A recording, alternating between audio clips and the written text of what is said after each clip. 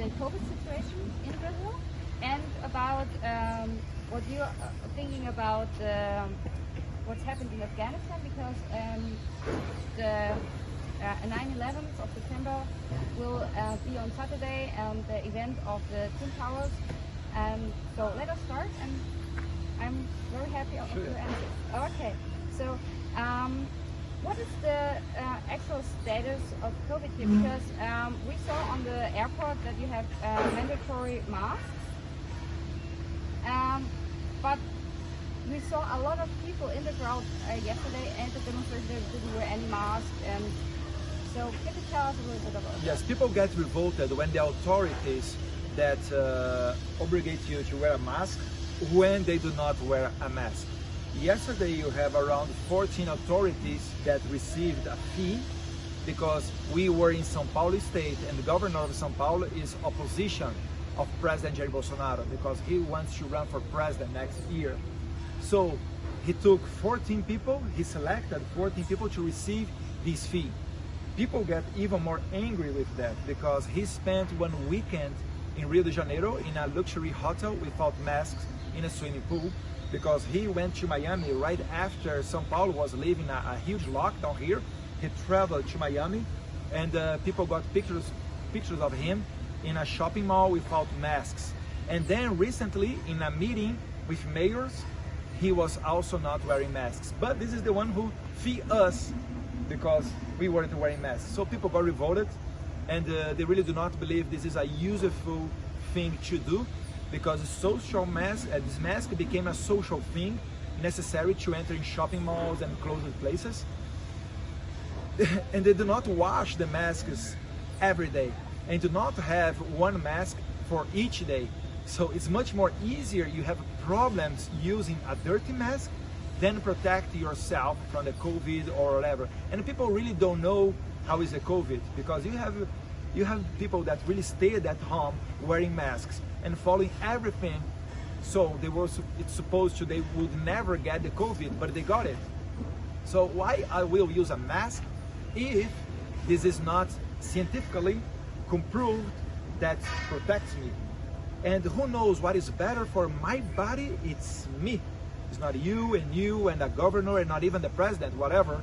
So I do believe that people have the right to follow, to do what they want for, to their lives. But when you talk about a pandemic, if you let me add something, in the beginning of the pandemic in Brazil here, we have around 1 month after the first case of COVID here in Brazil, the justice, again, Alexandre de Moraes, in a decision took only by himself, he decided that President Bolsonaro, he didn't have any kind of control to do quarantines or say what could be open, what could be closed during the pandemic. This is a thing that must go to the decisions of the governors and the mayors. He decided.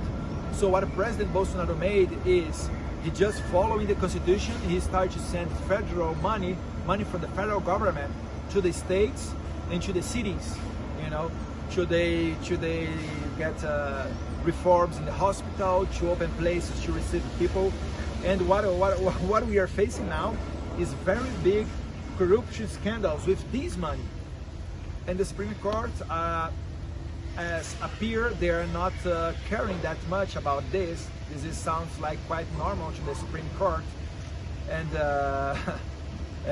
what else can I tell you?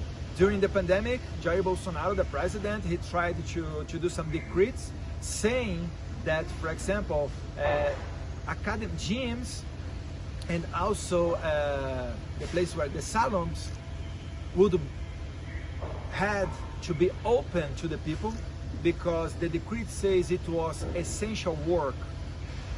For President Bolsonaro, essential is all the work that gives you money to you pay for the bread and for the, to you feed your family.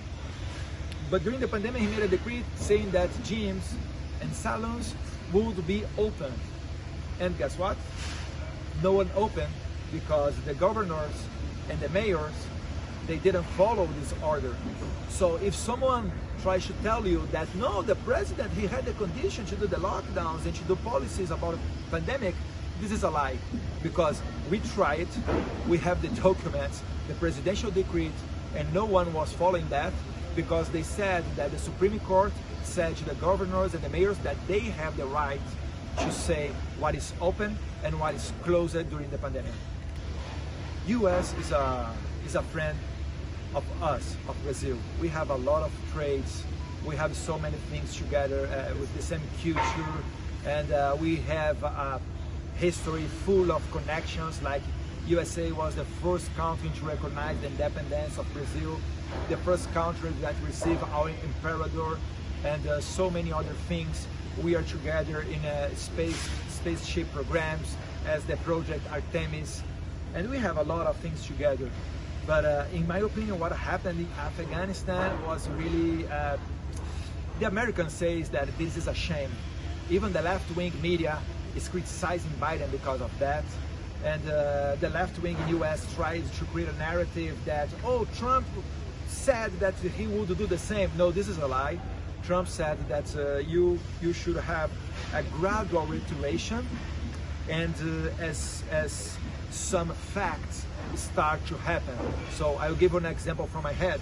Like when you have elections with no problems, you get back to US a part of the troops, and then on with in other moments. What we saw is that United States left the country like running away from an enemy, and we have to remark that since the Gulf War, when the wars start to get in the television all the time and have even live stream about the war, about the bombings, it's the first time that the Americans saw their troops coming back to the U.S. as are not winners, you know, as losers. So it's affecting a lot the image of the Biden administration. We are very sad with that, because we even have some aircrafts produced in Brazil that are now with the Taliban.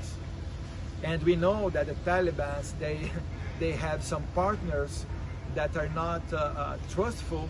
So for sure, the technology developed in Brazil will be in wrong hands. Like they will not respect this technology securities, they will copy everything that we developed, and this is a very, very bad thing to say. Kurz, short answers, and then yeah. So and now, can you give us a short answer? Are there some protesters on the street against this Supreme Court decision? So they say no, we don't want this anymore, and we are on the side of the president. Yes, on September 7th, that it was our Independence Day, we had protests in Brasilia and in São Paulo, full of people in São Paulo. I think much more than 1 million people on the streets. If you see the image, you can see by your own. And they were there supporting the president and asking for freedom. Asking for freedom means to let free all the political prisoners that we have in Brazil, even to journalists, even a representative, even a president of a party, and stop with the investigations that started without the approval of the general attorney. These investigations you have accusing and judging the people the same justice, Alexandre de Moraes. So we have to stop with that, because this is 100% against our constitution. And the people is really revolted, and on the streets, they are asking for the president to do something. Even our supporters, they ask us, until when you will support that? Because clearly the justice and the Supreme Courts, they are working against the Constitution. So this is the moment that we are living in Brazil. So, what do you think with the election?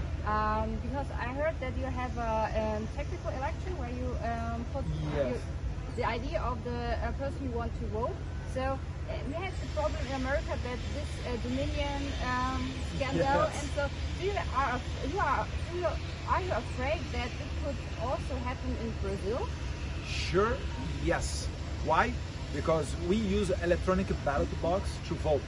So you go to electoral session, you dial the number of your candidate, and then you press the green to confirm, and then you pray for God that in Brasilia, in the central, they are going to count your vote correctly. What we want to do is put aside of this electronic ballot box a printer that could print your vote, and if this is okay, you press the green to confirm, and you have the paper in a regular ballot box. So you have a way to add that, to recount that, because nowadays you don't have it. And in the last election in 2018, the presidential election, you have the videos on the internet. You have people recording, because the number of Jair Bolsonaro was 17. And the number of Haddad from the Labour Party, supported by Lula da Silva, it was 13. And in some cases, when people dial the number 1, it appears on the screen the number 13 directly. And you don't have a way to change that.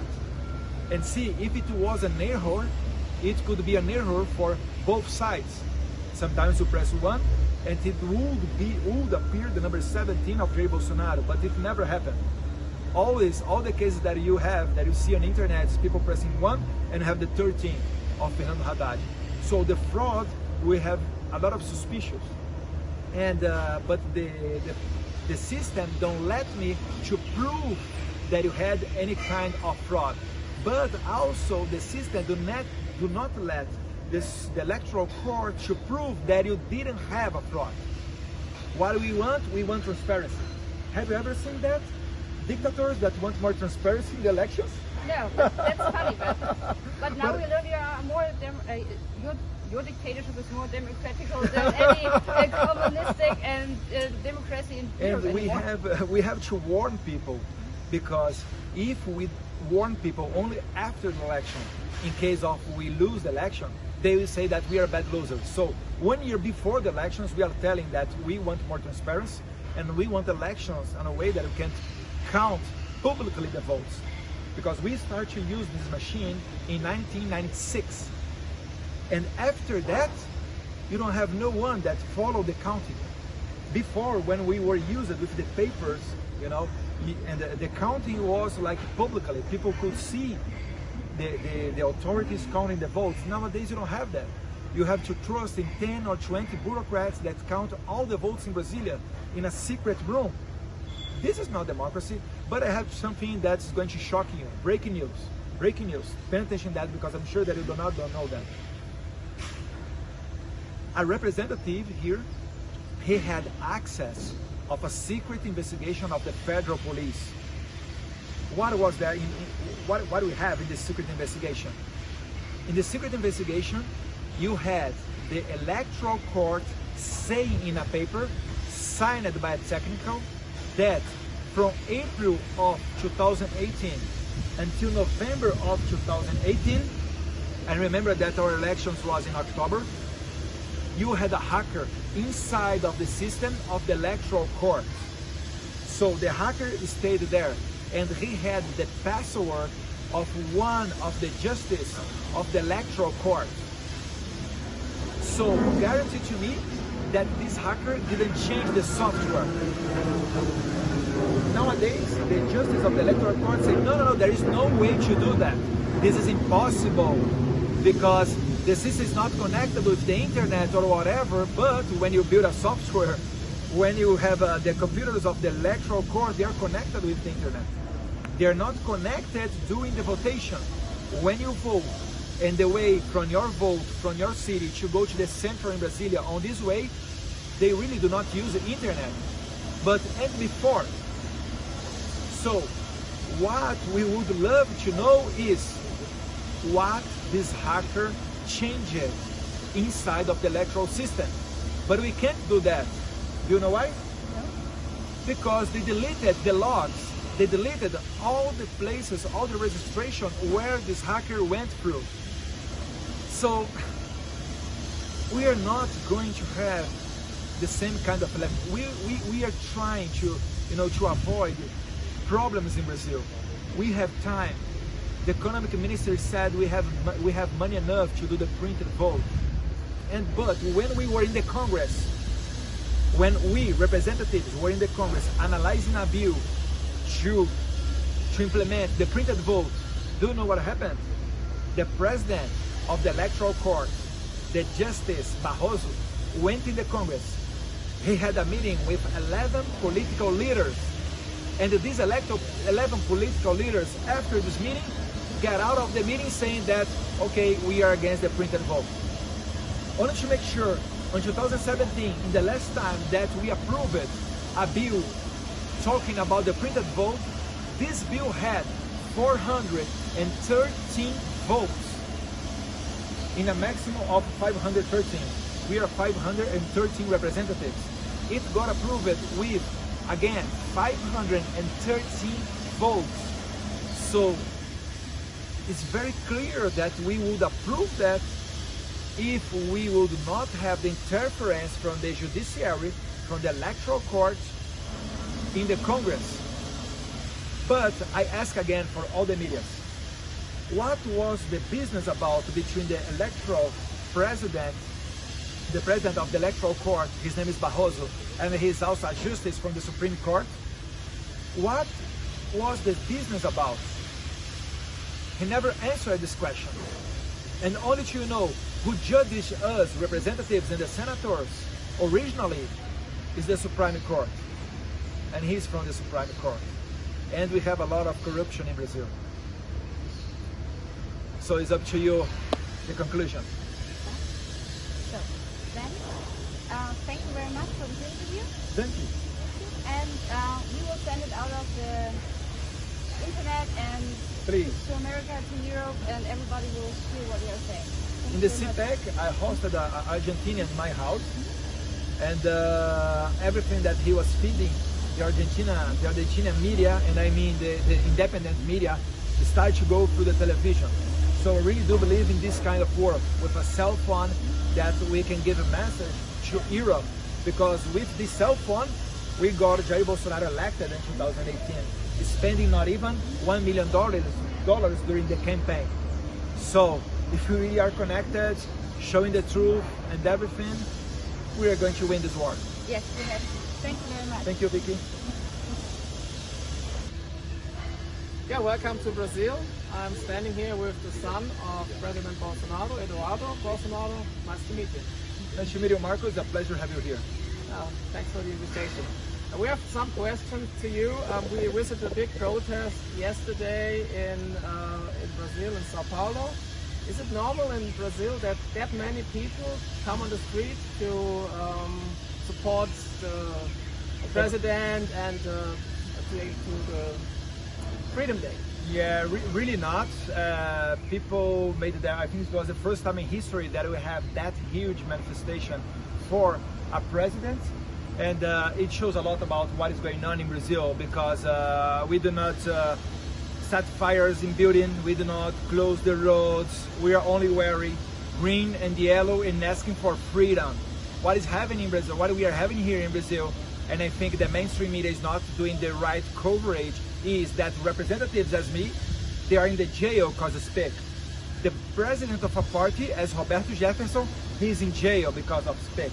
And the one who is doing that, and you have much other kind of people, you have manifestants and activists that are or went to jail because you have a justice, his name is Alexandre de Moraes, he's sending people to the jail for crimes that you don't have definition in our law. He says because fake news, because anti-democratic acts, because digital militia, but you don't have a definition of what it is, you know.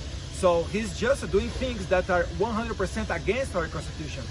So on, it's even hard to find a jurist, a lawyer, defending this kind of behavior of the Justice Alexandre de Moraes. So people is revolted and also afraid, because if you talk, if you criticize the Supreme Court, you can be the next one to go to the jail, or maybe now they're starting with that, to cut your money that comes from YouTube, you know, the monetization of your channel, as they just made with 10 right-wing channels. Everything that they are doing is always against conservatives and never against left-wing. That's why people is on the streets, because they have the hope of the President Bolsonaro to do something to stop with that.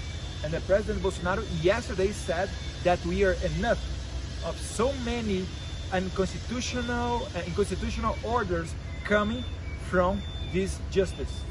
So am I right that you studied law too, like I did? Yeah, I'm graduated, I'm a law graduate, I'm a lawyer and also a federal policeman. Okay, good.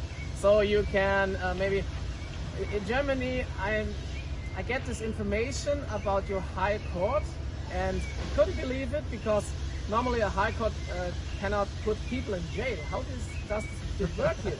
This is a great question. Like, they just start doing whatever they want. That's it. If you see, like yesterday, we had here the CEO of the social media Getter. His name is Jason Miller. He came here for the CPAC, the events that are organized. It's the biggest meeting of conservative in the world we had here in Brazil. And when he was going back to US, the federal police, following orders from the Justice Alexandre de Moraes again, hold him for 3 hours in the airport, asking questions about fake news. So this is a shame to us. We have to stop with that. People is not asking to a new policy, to something in economic. They're asking for freedom, and we have no option. We, as Jair Bolsonaro said yesterday, we are not going to the jail. We will never accept that. So the problem is the Supreme Court is increasing the tension between the powers, between the brains. And President Bolsonaro also yesterday asked it to end with illegal investigations. This justice, Alexandre de Moraes, and with some other justice, they open investigations without the approval of the general attorney. So they do the accusation and they also do the judgment. This is unbelievable. This only happens in dictatorship or like in the medieval times. This is not democracy. We ask that we want to get back our democracy, and the president who got elected in 2018, he has the right to do his work. That's it. As I read today, 2 prosecutors claim a criminal case against your highest court, also in The Hague, for crimes against humanity. Do you know something about that? Yeah, everybody's going to international court, from the right, from the left. People is asking, should they pay attention what is going on here? And but I really think that this justice of the Supreme Court, mainly Alexandre de Moraes, because when you have an order that came from the Supreme Court, you don't have to where to go, you don't have how to appeal, because they are the highest court in Brazil. So it's a very strange situation, and we are suffering with that. And they can people in jail. In Germany, you have to go to the lower courts, and then they can say, okay, you're guilty, and then no, they are starting everything in the Supreme Court. Usually in the Supreme Court, they have originally they handle the process of representatives, state ministers, and some other authorities, but not regular citizen. But they are doing that. They're just doing that. They open the investigation without the approval of the general attorney. So they accuse and they judge. They are open investigations and process against people that would never, start a process in the Supreme Court. So it's not 1 or 2; it's a bench of violations. It's also against press members, like a colleague of us told me yesterday. Yes, you had 2 journalists that went to the jail, and yesterday one of them was in home prison. They say that he was inside of his home without the right of get out of his own home. And yesterday there was a new order coming from Alexandre de Moraes to he go back again to the prison. And this journalist, his name is Osvaldo Estácio, when he was in the prison last time, he had an accident and now he's on wheelchairs. Yeah, I know his attorney. Even in wheelchairs, Alexandre de Moraes is sending him back to the prison. Can you imagine that? What about the press in Germany? Let me talk with you. Like, we have 2 journalists that are in the jail because write. What do you think about that? Do you really think that's fair? Like, I mean, I'm not claiming about that we have left wing doing fake news media about us. I don't care about that, because when you have the truth on your side, you can fight back with the truth. We can do that. What I'm talking is they are censorshiping people, because when he does that, what he wants to do is intimidate all the others to do not the same. The same is to talk about the Supreme Court. Oswaldo Eustáquio went to the prison because he made an article talk about the successful case of the wife of this Justice Alexandre de Moraes. She was used to work at the house, you know, with the family, and there is no problem with that. But now, what people are saying is that she asked for $1 million if you want to have a meeting with her, because she's a lawyer, and when you have a meeting with her, your process go really good in the Supreme Court. When Oswaldo Eustáquio, the journalist, started to talk about it and made an article, he went to the jail. So you don't have the right to criticize this justice of the Supreme Court. Is he the king of Brazil? Maybe it seems like this. I couldn't believe it, but okay, we will do more research and bring that to that question from you to the German press. One last question for me. What is about the influence of China to Brazil at the moment? Or South America and Brazil? No. China is always playing their role here. I am the one who has 2 official declarations coming from the China embassy against a representative in Brazil. And it started when I made a tweet comparing what happened in the beginning of the pandemic and in Chernobyl nuclear using in Soviet Union. Because in both cases, you had presidents of their countries trying to, to do not spread this news, because it could get a damage in the image of the regime. So when I made that, and it was the same comparison that the literature Nobel Premium from Peru, Vargas Llosa, he made the same comparison. We received this declaration of the Chinese embassy against us. So the Chinese ambassadors, they're really aggressive all around the world. They have problems in Sweden, in Peru, and in Brazil, because maybe they're not used with free speech. And I'm a representative. I work with what I talk, with my speak. So we are having this problem, and they are really interested in what is going on in Brazil. They want to put here the 5G from Huawei.